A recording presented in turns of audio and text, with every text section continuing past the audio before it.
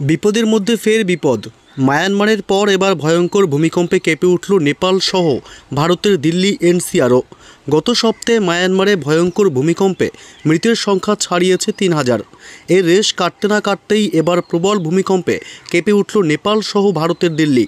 ভয়ঙ্কর এই ভূমিকম্পের জেরে সকলেই দ্রুত ঘর থেকে বাইরে বেরিয়ে আসেন। গোটা দেশ জুড়েই ব্যাপক আতঙ্কের সৃষ্টি হয়েছে। আতঙ্কে রীতিমতো ছোটাছুটি, দিশেহারা এলাকাবাসী। তবে এই ভূমিকম্প কখন ঘটেছে, কতটা ক্ষয়ক্ষতি হয়েছে এই ভূমিকম্পের ফলে, কতজনের মৃত্যু হয়েছে, কতজন আহত হয়েছেন, এই মুহূর্তে কি খবর পাওয়া যাচ্ছে, সবই বিস্তারিত জানিয়ে দেব এই খবরে।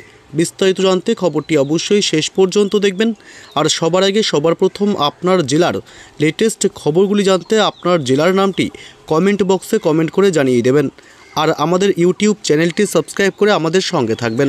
মাত্র কয়েকদিন আগেই তীব্র ভূমিকম্পে বিধ্বস্ত হয়েছে মায়ানমার ও থাইল্যান্ড। এরই মধ্যে কেঁপে উঠল নেপাল। হিমালয়ের পাদদেশে অবস্থিত এই দেশে ফের ভূমিকম্প হলো। রিক্টার স্কেলে কম্পনের মাত্রা ছিল 5। এই ভূমিকম্পে শুধু নেপালের বিস্তীর্ণ অংশই নয়, দিল্লি এবং জাতীয় রাজধানী অঞ্চলে কম্পন অনুভূত হয়েছে। ন্যাশনাল সেন্টার ফর সিসমোলজির মতে ভূমিকম্পের গভীরতা ছিল 10 কিলোমিটার।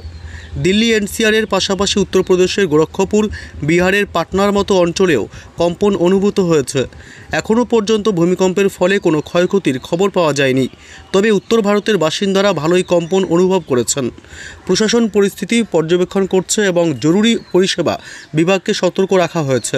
নেপালে যে মাঝারি মাত্রার ভূমিকম্প হয়েছে তার কয়েকদিন আগেই মায়ানমারে গত 28শে মার্চ 7.7 মাত্রার শক্তিশালী ভূমিকম্প আঘাত হানে। অ্যাসোসিয়েটেড প্রেস জানিয়েছে, মায়ানমারের সামরিক সরকার জানিয়েছে ওই দুর্যোগে মৃতের সংখ্যা বেড়ে 3,145 জনে দাঁড়িয়েছে। 4,589 জন আহত হয়েছেন এবং 221 জন এখনও নিখোঁজ। মায়ানমারের রাজধানী নেপিদোতে তথ্যমন্ত্রী মাউং মাউং ওহন এই তথ্য জানিয়েছে। উদ্ধার অভিযান পুরোদমে চলছে। ত্রাণ সংস্থাগুলি আহত এবং নিরাশ্রয় হয়ে পড়া ব্যক্তিদের জরুরি চিকিৎসা, খাদ্য এবং আশ্রয় দেওয়ার জন্য কাজ করছে।